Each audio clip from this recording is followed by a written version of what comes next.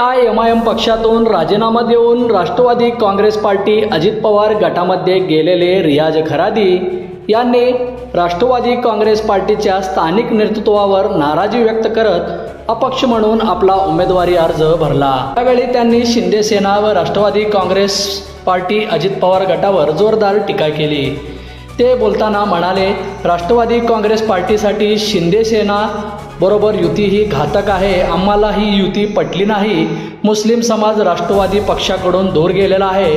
पार्टीत फारुख शाब्दी येऊ दे किंवा अजून कोणीतरी येऊ दे, राष्ट्रवादी काँग्रेस पार्टी अजित पवार गटाला मुस्लिम समाज वोट देणार नाही, असं रियाज खरादी माध्यमाशी बोलताना म्हणाले। फॉर्म भरण्याची निवडणुकीसाठी आज शेवटची तारीख आहे, तर मी आज राष्ट्रवादी पक्ष सोडून मी अपक्ष फॉर्म भरायला इथं आलेला आहे।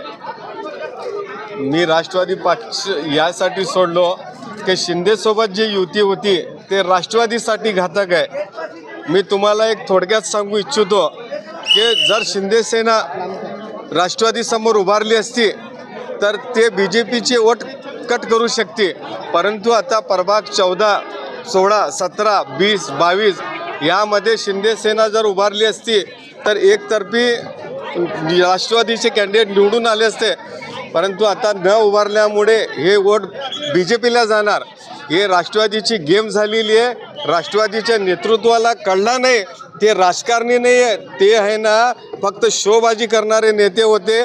त्यांनी वरिष्ठांची दिशाभूल केली।